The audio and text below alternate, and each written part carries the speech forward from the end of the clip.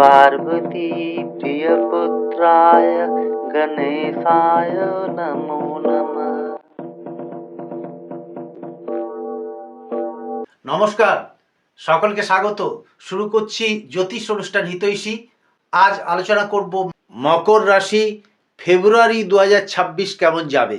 তো কয়েকদিন আগে মঙ্গল এবং শুক্র আপনার রাশিতে সঞ্চার করেছে, যার ফলে এই মাসে আপনারা অনেক কিছু জানতে পারবেন, অনেক কিছু উপলব্ধি করবেন। মকর রাশি বা মকর লগ্নের পক্ষে বৃহস্পতি ব্যয়পতি, তো তিনি ষষ্ঠে বিপরীত রাজযোগের কারক। 6 তারিখের পর থেকে জীবনের মোড় ঘুরে যাবে, অনেক দিক থেকে কিছু শুভত্ব পেতে থাকবেন। 6 তারিখে শুক্রের সঞ্চার আপনার জীবনের মোড় ঘুরিয়ে দেবে। তো বলা বাহুল্য এই মাসটা কয়েকটি ক্ষেত্রে বেশ কিছু শুভ ফলের সম্ভাবনা, এবং 2026 সাল আপনার পক্ষে অত্যন্ত শুভ ফলদায়ক। তো যারা চ্যানেলে নতুন আছেন তারা চ্যানেলটা সাবস্ক্রাইব করে নোটিফিকেশনের বেল আইকনটা অন করে রাখবেন। পরবর্তী ভিডিও আপনাকে যথেষ্ট উপকৃত করবে। তো আমি ছকটা স্ক্রিনে ডিসপ্লে করছি, আপনারা দেখে নিন। আপনার রাশি থেকে রাশিপতি শনিদেব তৃতীয় যথেষ্ট ভালো অবস্থায় আছেন। এছাড়া দ্বিতীয় রাহুর অবস্থান আছে, অষ্টমে কেতুর অবস্থান থাকছে। এছাড়া মঙ্গল শুক্রের কথা তো বললাম। তো এই মাসে মঙ্গল শুক্র অস্তমিত অবস্থায় থাকছে। তো যখনই কোনো গ্রহ অস্তমিত থাকে, সেই গ্রহটি যেই ভাবে কারক, সেই ভাব থেকে কিছু কিছু সমস্যা আসতে পারে। তো বিস্তারিত আলোচনায় চলে আসি। সেক্ষেত্রে বিদ্যা, কর্ম, বিবাহ, প্রেম, ব্যবসা, চাকুরি, শরীর স্বাস্থ্য, মামলা মোকদ্দমা, ভ্রমণ এবং আধ্যাত্মিকতা সব বিষয়ে আলোচনা করব। তো প্রথমেই আলোচনা করব স্বাস্থ্য বিষয়ে। স্বাস্থ্য বিষয়ে তেমন কোনো সমস্যা এই মাসে আপনাকে পেতে হবে না। তার উপর আপনাদের 7.5 কেটে যাওয়ার পর আপনাদের আস্তে আস্তে ভালো হতেই থাকবে। তাই ধৈর্য এবং আত্মবিশ্বাস বজায় রাখুন। খুব শিগগিরই মকর রাশির আরও ভালো শুভ ফল আসতে চলেছে। তো স্বাস্থ্য বিষয়ে আপনাদের তেমন কোনো সমস্যা না থাকলেও মাসের কয়েকটি দিন সর্দি কাশি জনিত সমস্যায় ভুগতে পারেন। তো এই মাসে কোন কোন দিন আপনার পক্ষে শুভ থাকবে এবং কোন কোন দিন অশুভ থাকবে সেগুলো আমি ইন্ডিকেট করে জানিয়ে দেবো। তাই মনোযোগ দিয়ে ভিডিওটি দেখতে থাকুন। অনেক কিছু ভাইটাল পয়েন্ট আমি উল্লেখ করব, এবং যারা গ্রহ বৈগুণ্যজনিত কোনো সমস্যার মধ্যে আছেন, যাদের অশুভ গ্রহের দশা চলছে বা জন্মকালীন অশুভ গ্রহের অবস্থানের জন্য বর্তমানে নানান সমস্যার মধ্যে আছেন, তারা কি করলে ভালো থাকবেন সেই বিষয়ে কিছু প্রতিকারও আমি জানিয়ে দেবো। তো সেগুলো মেনে চললে আপনাদের সর্বদিক থেকে শুভ ফলের সম্ভাবনা। এরপর আলোচনা করব বিদ্যার্থী বা শিক্ষার্থীদের সম্বন্ধে। এই মাস শিক্ষাক্ষেত্রে একটু অনীহা এবং অমনোযোগের লক্ষণ দেখা দিতে পারে। যাদের কোনো প্রতিযোগিতামূলক পরীক্ষা বা ইন্টারভিউ থাকবে, তাদের ভালোভাবে প্রস্তুতি নেওয়া দরকার, এবং আমি কিছু প্রতিকারের কথা যে আলোচনা করব সেগুলো সাথে রাখলে শুভ ফলের সম্ভাবনা থাকবে। সুতরাং বিদ্যাক্ষেত্রে কিছু কিছু বাধা পরিলক্ষিত হয়, সংযমী হলে আপনি আস্তে আস্তে সফলতা লাভ করবেন। এরপর আলোচনা করব যারা কোনো সম্পর্ক বা ল্যাব অ্যাফেয়ারের মধ্যে জড়িয়ে আছেন, বিবাহের কথাবার্তা চলছে তাদের বিষয়ে। এই মাসে নতুন কোনো বন্ধু প্রাপ্তির সম্ভাবনা আছে, অর্থাৎ যারা কোনো দুশ্চিন্তার মধ্যে আছেন, সম্পর্ক নিয়ে কোনো সিদ্ধান্ত নেবার চিন্তা ভাবনা করছেন, ছোটোখাটো জটিলতা বা নিজেদের মধ্যে কোনো বাদানুবাদ চলছে, তাদের ক্ষেত্রে 6 তারিখের পর থেকে আস্তে আস্তে শুভফল প্রাপ্তির সম্ভাবনা। তবে এই মাসের 16 তারিখের পর থেকে প্রেম, সম্পর্ক এবং বিবাহের ক্ষেত্রে আরও ভালো শুভফল লাভ সম্ভব। সুতরাং আপনারা কয়েকটা দিন ওয়েট করুন, এবং কয়েকটা দিন আমি ইন্ডিকেট করে দেবো, সেই দিনগুলো একটু সতর্ক এবং সজাগ থাকবেন। এছাড়া এই মাসে প্রেম ইত্যাদি বিষয়ে কোনো সমস্যা আপনার আসবে না। এই মাসে কয়েকটি ক্ষেত্রে কিছু সমস্যা এলেও আগামী কয়েকদিন পর অত্যন্ত ভালো সময় আসছে, এ বিষয়ে কোনো সন্দেহ নেই। যাই হোক, এরপর আলোচনা করব বিবাহ বিষয়ে। যাদের বিবাহের কোনো সমস্যা চলছিল, তাদের বিবাহের যোগাযোগ আসতে পারে, অর্থাৎ সেই সমস্যা বা বাধার থেকে আপনারা মুক্ত হবেন। যাদের যোগাযোগ হয়ে কেটে গিয়েছিল বা ভেঙে গিয়েছিল, তাদের নতুনভাবে যোগাযোগ করলে শুভফল প্রাপ্তির সম্ভাবনা, অর্থাৎ নতুনভাবে আপনাদের যোগাযোগ আসবে। পুরনো সম্পর্ক যদি জোড়া নাও লাগে, পুরনো যোগাযোগ যদি সফল না হয়, নতুনভাবে আপনাদের কিছু যোগাযোগ আসবে এবং সেটা ম্যাচিওর হয়ে যেতে পারে। এবং 20 তারিখের পর থেকে বিবাহ বিষয়ে আরও ভালো শুভফল পাওয়া সম্ভব হবে। তবে 2026 সালে যদি বিবাহ সংগঠিত হয়, সেটা আপনার পক্ষে অত্যন্ত শুভ ফলদায়ক হবে। গৃহে কিছু অশান্তি বা কিছু সমস্যা দেখা দিতে পারে, তবে মাসের দ্বিতীয়ার্ধ থেকে সেটা আস্তে আস্তে ভালো হতে থাকবে। সুতরাং এই বিষয়ে আপনাদের একটু মানিয়ে চলা দরকার। প্রেম বা সম্পর্কের ক্ষেত্রেও মাসের প্রথমার্ধে যদি কিছু সমস্যা হয়, সেটা নিজেদের মধ্যে আলাপ আলোচনা বা বোঝাপড়ার মাধ্যমে মানিয়ে নিতে হবে। তো যাই হোক, বিবাহ ক্ষেত্র মাসের দ্বিতীয়ার্ধ থেকে ভালো থাকছে, বিবাহের যোগাযোগ আসবে, পুরনো যোগাযোগও আবার ফিরে আসতে পারে। পারিবারিক ক্ষেত্র, বিশেষ করে গৃহে কিছু সমস্যা আসতে পারে। দ্বিতীয়ার্ধে সন্তান বিষয়ে একটু দুশ্চিন্তা বাড়তে পারে। সন্তানের স্বাস্থ্য, লেখাপড়া এবং অসৎ সঙ্গ বিষয়ে আপনি চিন্তান্বিত থাকতে পারেন। তাদের সাথে আলাপ আলোচনা এবং অনুশাসনের মধ্যে রাখলে আস্তে আস্তে শুভ ফল লাভ সম্ভব।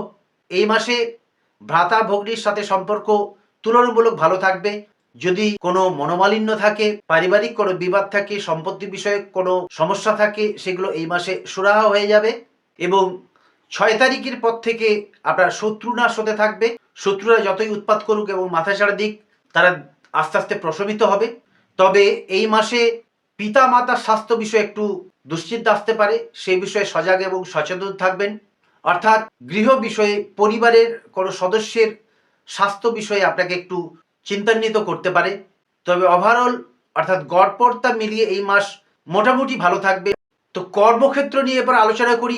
কর্মে উন্নতি, কর্মে কোনো শুভ পরিবর্তন এবং নতুন কর্মপ্রার্থীদের পক্ষে কর্মলাভ সম্ভব। যারা স্থানান্তরের চিন্তাভাবনা করছিলেন তাদের ইতিবাচক স্থানান্তর হতে পারে। যারা শেয়ার মার্কেটে লগ্নি করেন তাদের পক্ষে শুভ সময়। যারা অনলাইন বা ট্রেডিং ব্যবসায় জড়িত তাদের পক্ষে যথেষ্ট ভালো থাকবে। এরপর আলোচনা করব ব্যবসা বিষয়ে। যারা ব্যবসায় জড়িয়ে আছেন তাদের তুলনামূলক শুভ সময় থাকবে। 6 তারিখের পর থেকে ব্যবসায় আস্তে আস্তে কেনাকাটা বাড়বে, লাভের মুখ দেখবেন, ব্যবসার প্রচার এবং প্রসার ঘটবে। অতিরিক্ত কিছু ব্যবসার যোগ আসতে পারে, অর্থাৎ ব্যবসার শ্রীবৃদ্ধি ঘটবে। এরপর আলোচনা করব যারা কোনো আইনি ঝামেলা বা মামলা মোকদ্দমার মধ্যে জড়িয়ে আছেন তাদের পক্ষে এই মাসে কিছু সমস্যা আসতে পারে। অর্থাৎ মাসের দ্বিতীয়ার্ধ থেকে আপনারা তুলনামূলক শুভফল পেতে থাকবেন। সুতরাং যারা এই সমস্যার মধ্যে আছেন তারা সেই বিষয়গুলো লক্ষ্য রাখবেন। এবং এই মাসে কোন কোন দিন আপনার সতর্ক এবং সজাগ থাকা দরকার সেটা আমি জানিয়ে দেবো। সেই দিনগুলো অবশ্যই সর্বক্ষেত্রে বর্জন করার চেষ্টা করবেন। তো যাই হোক দর্শক বন্ধু, আপনাদের সকলকে বলেছি যে রাশিফল একটা গড়পড়তা বিচার। তবে রাশিফল আমাদের জীবনে যথেষ্ট মেলে। তবু আপনার জন্মকুণ্ডলী অর্থাৎ আপনার বার্থ চার্ট বা ন্যাটাল চার্ট আপনার পক্ষে সবচেয়ে বেশি ফলদায়ক। এছাড়া আরও অন্যান্য বিচার করতে হয়। সব কিছু মিলিয়ে যদি বিচার করা যায় সেটা সবচেয়ে বেশি পাওয়ারফুল এবং সঠিক বিচার হয়। তবে জন্ম ছক এবং বর্তমান দশা অবশ্যই আপনাকে সঠিক রাস্তা দেখাতে পারে। সেক্ষেত্রে যারা সমস্যার মধ্যে আছেন অবশ্যই কোনো জ্যোতিষীকে দিয়ে জন্মছক বিচার করিয়ে নিতে পারেন। সেক্ষেত্রে আগামী কয়েকটা মাস বা কয়েকটা বছর কেমন চলবে সে বিষয়ে আপনার সম্যক ধারণা আসতে পারে। তো যাই হোক, আমার আরও কিছু আলোচনা বাকি আছে। এরপর আলোচনা করব ভ্রমণ বিষয়ে।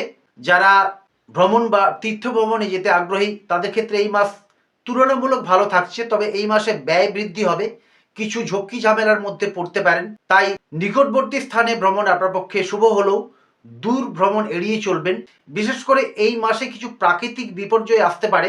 দেশের মধ্যে কিছু সমস্যা, কোনো অন্তর্ঘাত, কোনো বিস্ফোরণ এবং যুদ্ধের মতো পরিস্থিতি হতে পারে। তাই ভ্রমণ বা তীর্থ ভ্রমণে যাওয়ার ক্ষেত্রে একটু সজাগ এবং সতর্ক থাকবেন।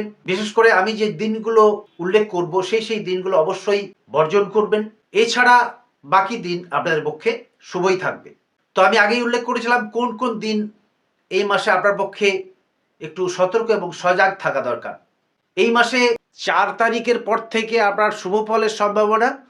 তবে 18 থেকে 20 তারিখ আপনারা সতর্ক এবং সজাগ থাকবেন। তেমন কিছু হবে না।